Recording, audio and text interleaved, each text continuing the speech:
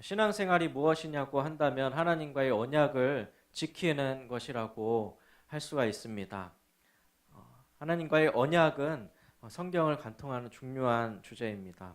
성경을 나누는 구약과 신약이라는 말도 옛 언약과 새 언약을 의미하는 것입니다.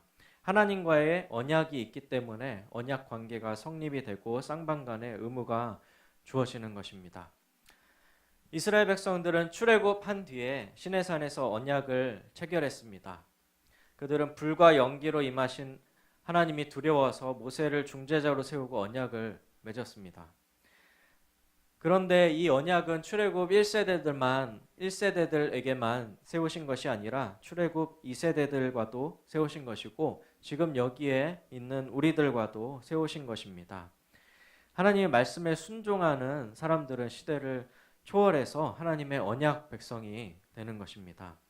하나님께서는 언약 안에 거하는 조건으로 계명을 지킬 것을 명령하셨습니다. 그 계명들 중에서 가장 처음에 주어진 것이 십계명입니다.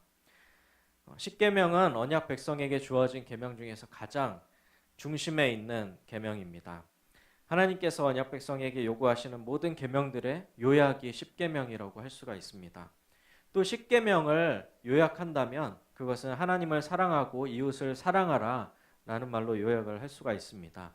1계명에서 4계명까지가 하나님과 우리 사이의 관계에서 지켜야 될 계명이라면 5계명에서 10계명까지는 사람들 사이의 수평적 관계에서 지켜야 될 계명을 기록하고 있습니다. 이 중에서 10계명에 처음 나오는 두 계명이 하나님이 어떤 분이신지를 나타내는 것으로 모든 계명에 앞서서 가장 중요한 구절이라고 할 수가 있습니다. 제1계명은 나 외에 다른 신을 내게 두지 말라는 것이고 제2계명은 너를 위하여 새긴 우상을 만들지 말고 그것들을 섬기지 말라고 하는 것입니다. 이 계명을 우리가 받아들이느냐 받아들이지 않느냐에 따라서 우리의 신앙생활에 엄청난 영향을 미치게 될 것입니다. 여호와 하나님만을 유일하신 참 신으로 여기고 사는 사람들과 여러 신들 가운데 한 신으로 섬기는 자들은 하늘과 땅의 차이만큼이나 큽니다. 여호와 하나님께서는 자신을 여러 신들 중에 하나로 여기고 섬기는 것을 조금도 기뻐하지 않으십니다. 그분은 자신이 유일하신 하나님이시고 언약 백성들의 유일한 인도자이심을 결코 포기하지 않으십니다. 스스로 계신 하나님과 우상은 삶과 죽음 그 간격만큼이나 큰 것입니다. 하나님께서는 그의 영광과 찬송을 우상에게 결코 주지 않을 것이라고 말씀하셨습니다. 우상 숭배가 다른 죄악들보다 앞서서 더 큰 죄가 되는 것은 인간이 창조된 제일 되는 목적을 저버리는 것이기 때문입니다. 인간은 창조주 하나님을 섬기고 그분과 관계하기 위해서 지음받았는데 그것이 먼저 이루어지지 않고서는 어떤 행위도 악할 수밖에 없습니다. 차라리 모두가 악하다고 수긍하는 범죄, 살인이나 간음, 폭력 등을 저지르면 사람들의 질타를 받고 회개할 기회를 얻게 되지만 자기가 우상을 섬기고 있으면서도 자신이 참 하나님을 섬긴다고 스스로 생각한다면 그것은 자신의 의를 쌓고 있는 것이기 때문에 회개할 기회를 찾지 못할 것입니다. 그것은 우리를 창조하신 하나님에 대한 모욕이고 하나님을 섬기지 않으면서도 하나님을 섬긴다고 착각하게 만드는 그런 악한 아주 가증한 행위입니다. 하나님을 참신으로 섬기면서 우리가 죄를 지었을 때는 하나님께서 우리를 용서해 주실 수가 있습니다. 하나님을 섬기는 사람 중에도 죄를 지은 사람들은 많이 있죠. 모세는 우리가 아시다시피 이집트 사람을 죽인 살인자입니다. 살인은 굉장히 큰 죄인데도 하나님께서는 모세를 용서하셨고 모세를 사용하셨습니다.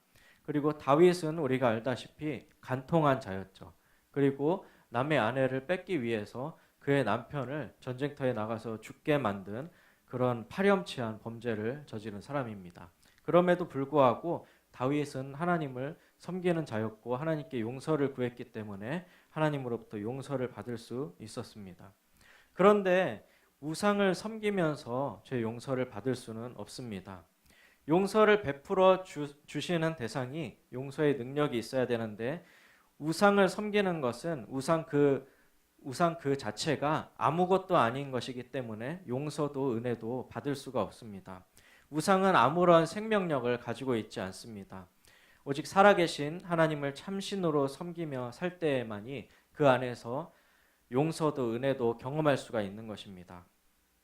우상 숭배가 다른 죄들보다 큰 죄가 되는 두 번째 이유는 무한하시고 자유로우신 하나님을 인간의 경험과 시각 안에 가두려고 하기 때문입니다.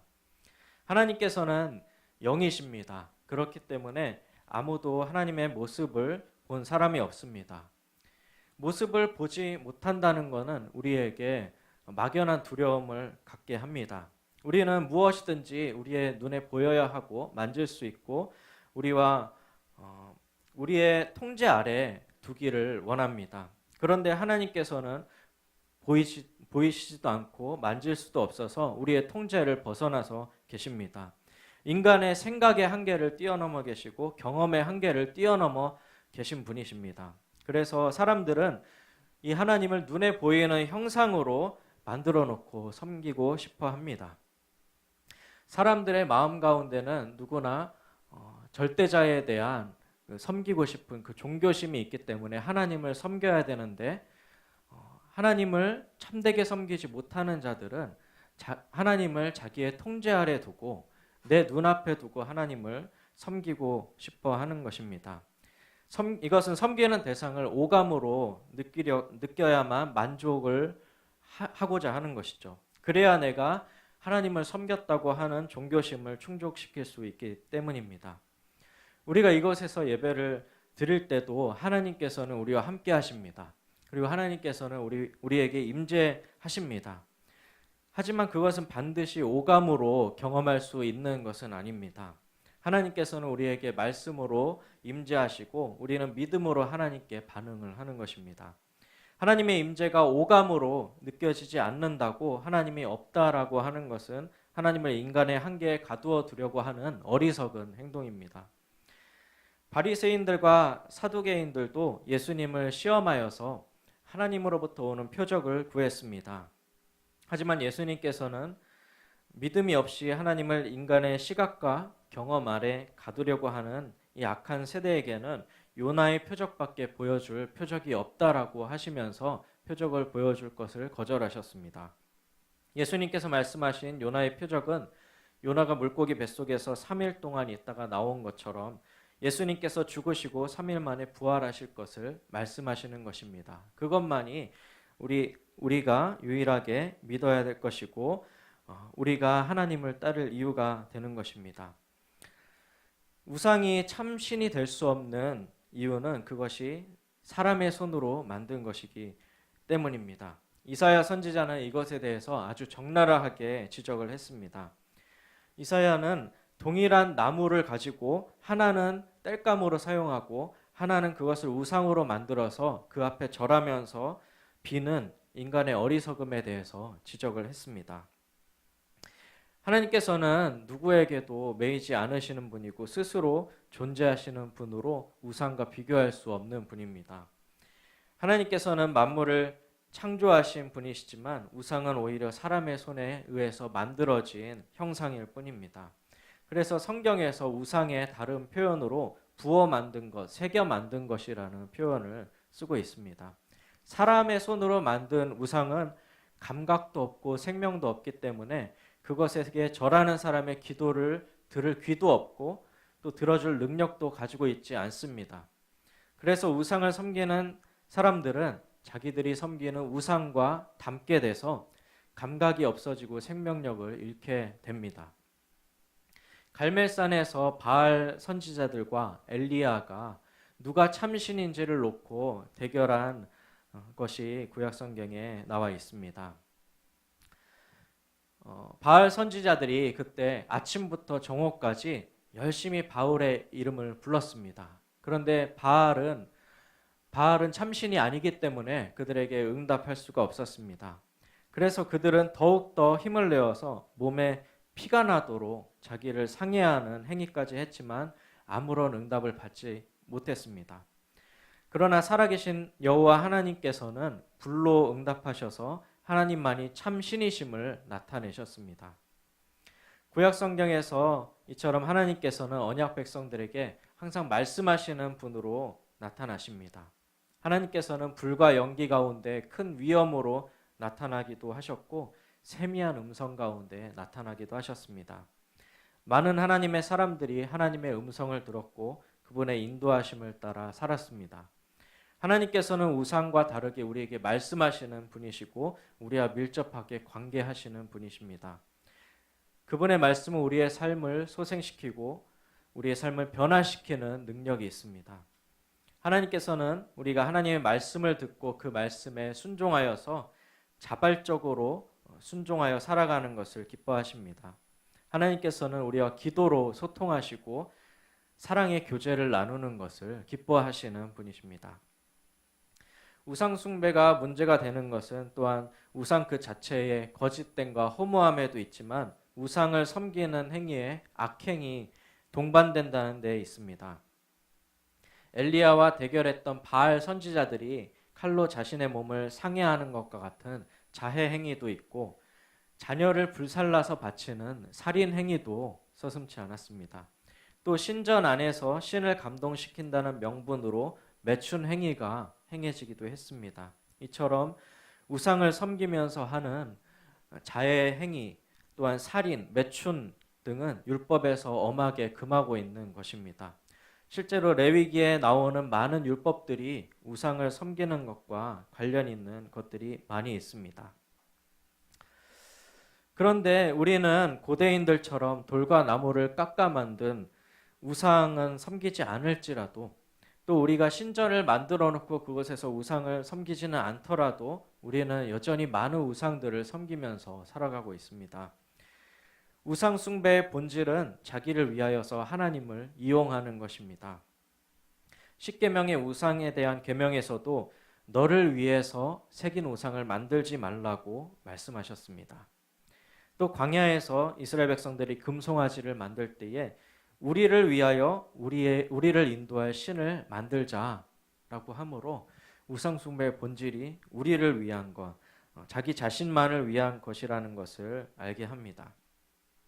이사야 선지자는 우상을 숭배하는 자들을 정죄하면서 그들이 자기를 위한 신들을 만들어 놓고 그것들에게 경배하며 너는 나의 신이니 나를 구원하라 하는도다 하면서 우상 숭배의 본질이 자기를 위하는 것임을 꼬집었습니다.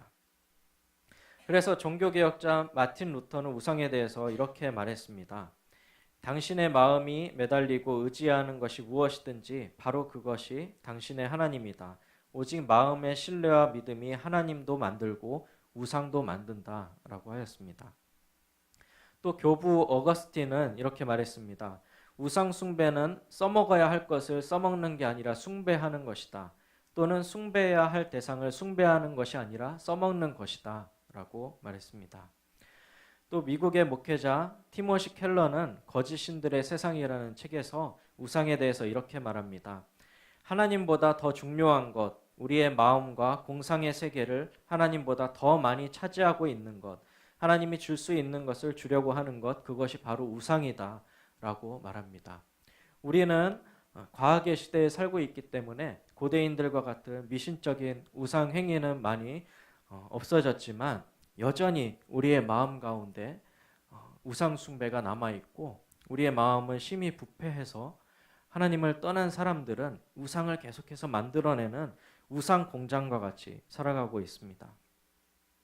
현대인들은 더욱더 교묘하게 우리의 마음을 지배하고 있는 그것을 하나님처럼 여기면서 숭배하면서 살아가고 있는 것이죠. 사람들이 우상을 만드는 이유는 우상을 통해서 자기의 이익을 얻기 위함입니다. 우상을 섬기는 사람들은 그 우상 자체를 경외하거나 사랑하고 따르는 것이 아닙니다. 우상을 숭배하는 자들은 언제든지 자신의 이익에 따라서 숭배하는 대상을 바꿀 수가 있습니다. 하지만 살아계신 하나님께서 언약 백성들에게 요구하시는 사랑은 마음을 다하고 목숨을 다하고 뜻을 다하여 하나님 한 분만을 사랑하라는 것입니다. 하나님께서는 아브라함에게 100세에 얻은 아들을 바치라고 그렇게 말씀하심으로 아브라함의 마음을 시험하셨습니다.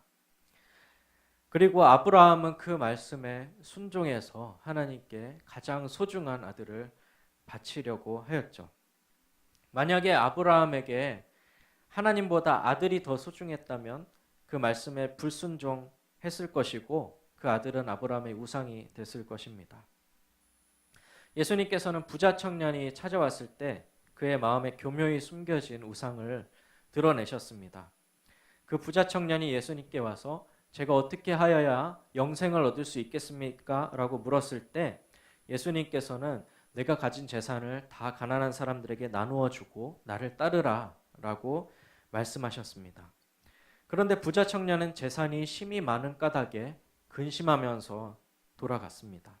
그리고 예수님께서는 부자가 천국에 들어가는 것이 낙타가 바늘길을 통과하는 것보다 어렵다고 한탄하시면서 말씀하셨습니다. 부자 청년에게 재물이란 아브라함이 100세에 얻은 아들과 같이 자신에게 가장 소중한 것이었을 것입니다. 그런데 아브라함은 아들을 우상 삼지 않았고 부자 청년은 재물을 우상 삼았습니다. 우리는 부자 청년과 같이 하나님만을 전심으로 따르는 것을 싫어합니다. 우리의 옛 자아와 하나님의 말씀을 따르는 것이 항상 서로 부딪히기 때문이죠. 하나님은 적당히 섬기고 내 권리를 주장하고 싶어 하는 것이 우리의 마음입니다. 그래서 자아가 죽기 싫은 우리는, 자아를 하나님께 복종하기 싫은 우리는 그 부담감에서 벗어나면서도 하나님을 섬기는 것으로 우상을 택해서 섬기는 것입니다. 내 눈에 보이고 내 뜻대로 섬길 수 있는 통제 가능한 하나님을 내가 스스로 만들어서 하나님이라고 생각하면서 섬기는 것이죠. 이렇게 우상을 만들어서 섬기는 사람들은 하나님을 섬겨야 하는 종교성을 만족시키기 때문에 자기의 의가 충족이 됩니다. 종교성이 충족이 되는 것이죠. 그리고 자신의 악한 자아가 죽지 않고 여전히 살아있는 가운데서도 하나님을 섬기는 종교성이 충족됩니다. 그래서 우상을 섬기는 행위는 그 자체로 아무리 고귀해 보이고 그것이 자신을 희생하는 것처럼 보이는 그런 고행을 할지라도 헛된 것이며 가증한 일일 수밖에 없습니다. 실제로 고대 가나안에서 이방 신들을 섬기는 풍습에는 인신 제사와 음행 같은 행위들이 있었지만 그들은 그것이 죄인 줄 모르고 그 우상을 섬겼습니다. 그들은 영적으로 눈이 멀고 귀가 막혀서 자신들의 행위가 잘못된 것임을 알지 못했습니다. 오히려 그것이 하나님을 섬기는 것이라고 착각하면서 살고 있었죠. 우리의 삶에 교묘하게 들어와 있는 이런 우상 숭배를 이길 수 있는 힘은 복음을 아는 것에 있습니다. 말씀이신 예수님께서는 우리가 하나님과 동시에 우상을 섬길 수 없음을 분명히 하십니다. 하나님과 동시에 재물을 섬길 수 없고 하나님과 동시에 나를 만족시킬 수는 없습니다. 하나님과 동시에 사람들의 인정을 받고 사람들의 높임을 받을 수는 없습니다. 하나님의 아들 예수 그리스도께서는 하나님의 말씀에 온전히 복종하셔서 자신의 생명을 우리에게 다 내어주셨습니다. 그것으로 인해서 죄로 인해 죽을 수밖에 없는 우리를 살리셨습니다.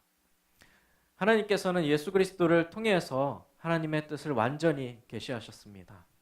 하나님을 따르는 삶이 어떤 삶인지를 보여주셨습니다. 그리고 우상을 따르지 않는 것이 어떤 것임을 예수 그리스도의 삶을 통해서 보여주신 것입니다. 예수 그리스도를 온전히 따르는 사람, 예수님과 완전히 연합하여서 하나님을 섬기는 사람들은 그 마음에 우상을 둘 수가 없습니다. 내 자아가 깨어지고 내 안에 오직 예수 그리스도께서 사시기 때문에 나의 이기심을 만족하려고 하는 우상 숭배는 우리의 마음에 들어올 자리가 없습니다. 복음을 통해서 계시된 하나님의 이 사랑이 얼마나 크고 놀라운지를 아는 사람은 나를 위해서 하나님을 이용할 생각을 할 수가 없습니다.